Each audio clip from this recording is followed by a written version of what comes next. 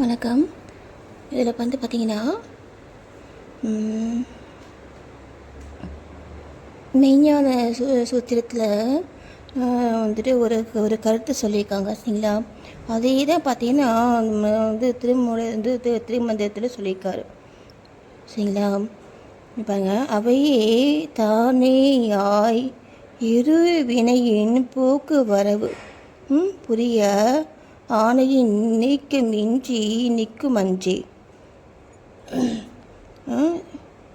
பாருங்க, அவையே தானேயாய் அவையேனா இது நம்முடைய அந்த உயிர் இருக்கு இல்லையா, அது என்ன, அது நம்ம உடம்புக்குள்ள இருக்கக்கூடிய அந்த பதியும் இருக்கு இல்லையா, அந்த பதியும் அந்த அந்த பசு வந்துட்டு எப்படி செயல்படுதோ அதே மாதிரியே தான் அது வந்துட்டு செயல்படும் இல்லையா. ஏன்னா பசு அந்த உயிர் வந்துட்டு நம்ம அந்த கடவுளை வந்துட்டு உணர்ந்தால் தான் அந்த கடவுள் தன்மையை வந்துட்டு இதை வெளியே காமிச்சிக்கும் இல்லையா. அது வரைக்கும் அது காமிச்சிக்காது தனியாக.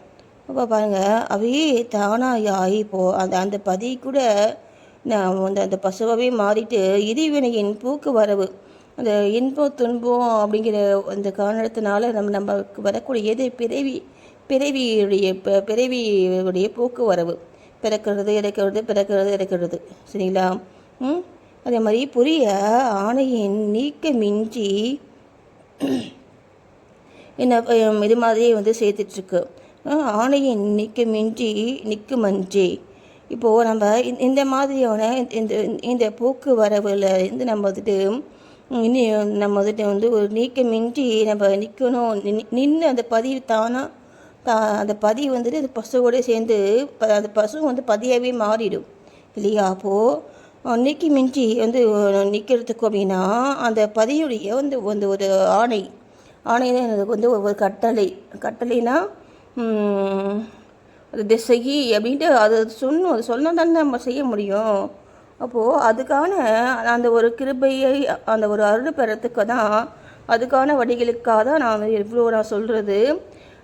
நல்ல எண்ணங்கள், நல்ல சிந்தனைகள், நமக்கு முடிஞ்ச அளவுக்கு நமக்கு பிறருக்கு ஒரு ஹெல்ப் பண்ணக்கூடிய ஒரு மனது, என்ன தன்னை போல் மற்றவங்களையும் நினைக்கிறது, எல்லா உயிர்களையும் இருக்கக்கூடியது கடவுள் தான் அப்படிங்கிற மாதிரி ஒரு ஒரு ஒரு பொதுநல நோக்கத்தோடு செயல்படும் பொழுது அந்த கடவுளுடைய ஆணை அந்த கடவுளுடைய கிருபை நமக்கு கிடைக்கும்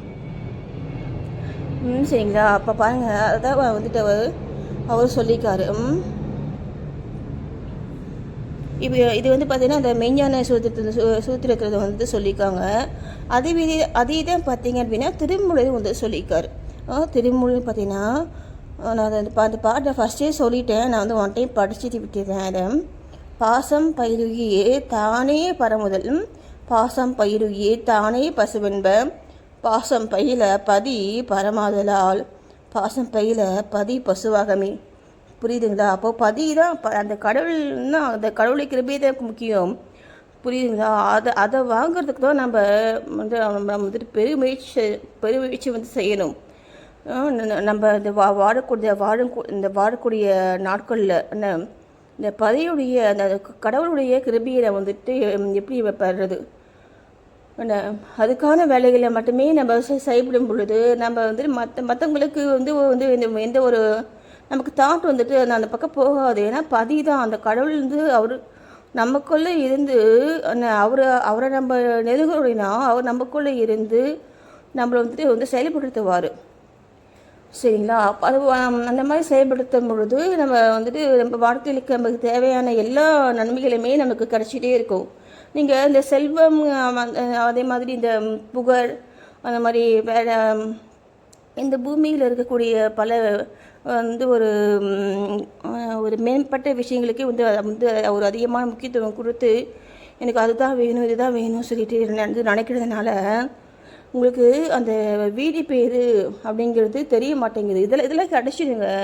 இதெல்லாம் நம்ம மனித அறிவினால் நம்மளால் ஈஸியாக நம்ம சம்பாரிச்சிக்க முடியும். அதே மாதிரி எவ்வளோ புகழ் வேணால் சேர்த்துக்க முடியும். அதுக்கான நிறைய வழிகள் இருக்குது. நிறைய ஒரு எக்கச்சக்கமான வழிகள்லாம் இருக்குது சரிங்களா. அதெல்லாம் கிடைச்சிடும். ஆனால் நமக்கு கிடைக்கவே முடியாத என்ன தெரியுங்களா, அந்த கடவுளுடைய அந்த கருணை வந்து சேர்ந்து கடவுள்கிட்ட போய் சேரக்கூடியதை கிடைக்கவே முடியாதது.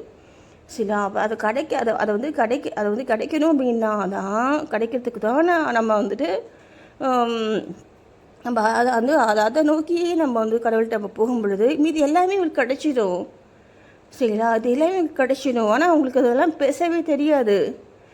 உங்களுக்கு அதெல்லாம் பேசவே தெரியாது. எவ்வளோ காசு இருந்தாலும் சரி, எவ்வளோ வந்துட்டு இது ஒரு ஒரு என்னென்னமோ நிறைய விஷயங்கள் உங்களுக்கு வந்து ஒரு நல்ல விஷயங்கள் இந்த எல்லாமே உங்களுக்கு கிடைக்கும். எல்லாமே கிடைச்சாலுமே உங்களுடைய நோக்கம் வந்துட்டு வந்து ஒரு திருப்தி அடையாது மனது. ஒரு ஒரு ஒரு என்ன ஒரு இதுவாகவே இருக்கும், ஒரு ஒரு ஒரு ஏக்கமாகவே இருக்கும். சரிங்களா? அப்போ ஏன்னா அதுதான் பார்த்தீங்கன்னா உங்கள் ஆன்மாவுடைய நோக்கம் அது. சரிங்களா? இதெல்லாம் பார்த்தீங்கன்னா வந்து நீங்கள் உங்கள் சுற்றிக்கிறவங்களுக்காக நீங்கள் வந்துட்டு அவங்களுக்கு பிடிச்ச மாதிரி நீங்கள் பல விஷயங்கள் நீங்கள் வந்துட்டு செய்தாலோ இல்லை வந்து நடந்தாலும் உங்கள் ஆன்மாவுக்கு என்ன தேவையோ அதை நீங்கள் கொடுத்தா தான் உங்கள் ஆன்மா வந்துட்டு திருப்தியாக இருக்கும், நிம்மதியாக இருக்கும். சரிங்களா? எவ்வளோ காசு கொடுத்தாலும் வாங்க முடியாத பல விஷயங்கள் வந்துட்டு இருக்குது இல்லைங்களா?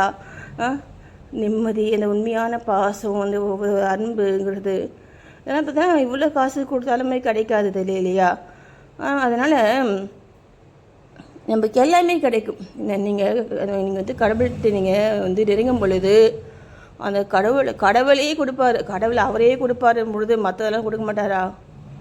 சொல்லுங்கள்.